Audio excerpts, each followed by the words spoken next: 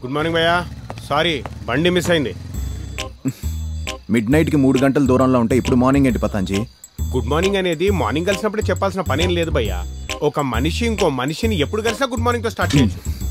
పర్లేదు, నీ దగ్గర తెలివితేటలు బాగానే ఉన్నాయి.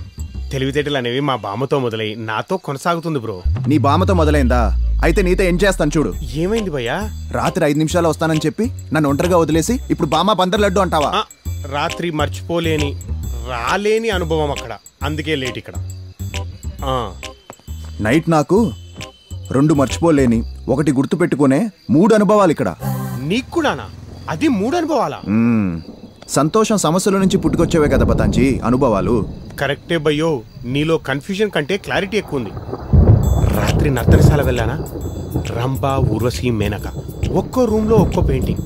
ఇంతలో నర్తనశాలంతా వీటిలతో చిచి వీక్షకులతో నిండిపోయింది. ఇంతలో ఓ దొంగొచ్చి నా మనసును చచా నా పర్స్ కొట్టేశాడు. కోపంతో కాస్త ఆ దొంగ దూరిన రూమ్లోకే దూరాను. నా ఆవేశాన్నంతా ఆ దొంగ పైన చూపించాను. ఇద్దరి మధ్య పొద్దున వరకు 3వ ప్రపంచ యుద్ధం జరిగింది. కానీ తెల్లారాక తెలిసింది ఆ దొంగ ఎవరో కాదు, రంభా అని.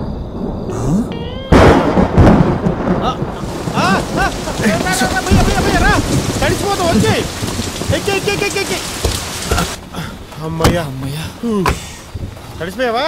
తీసేయి. ఆహా, ఈ టైంలో ఏం సాంగ్? గున్నా గున్నా మామిడి ఏందా కార్ తాగిందా అట్లుగుతుంది. సంథింగ్ గోయింగ్ ఇన్ 90 లోపల చెక్ చేస్తా. హలో అప్ప తమ్ముడు, నాకే చెల్లక నీ సంగతి చెప్తావు. హలో హలో లోపల హలో లోపల డోర్ తే. హలో సంథింగ్ సంథింగ్ ఇస్ భజన ఇన్ లోపట. ఎవ్వరు లేరు, వీళ్ళు మాత్రం బని వేసుకున్నారు. నాకు అర్థమైంది. మందు లేకుండా సోడా వేస్తున్నారు. పోలీస్ ఇక్కడ. తప్పులేదులే, మేమున్న సిచ్యువేషన్ అలాంటిది. భయ్యా ఫ్రెండా? నిన్ను కలిసిన మొదటి అనుభవం. ఈడు మందుకు బ్రాండ్ అంబాసిడర్ లో ఉన్నాడు. నిన్ను చూస్తే కామానికే బ్రాండ్ అంబాసిడర్ లా ఉన్నావు. అంత కరెక్ట్ గా ఎలా చెప్పావు?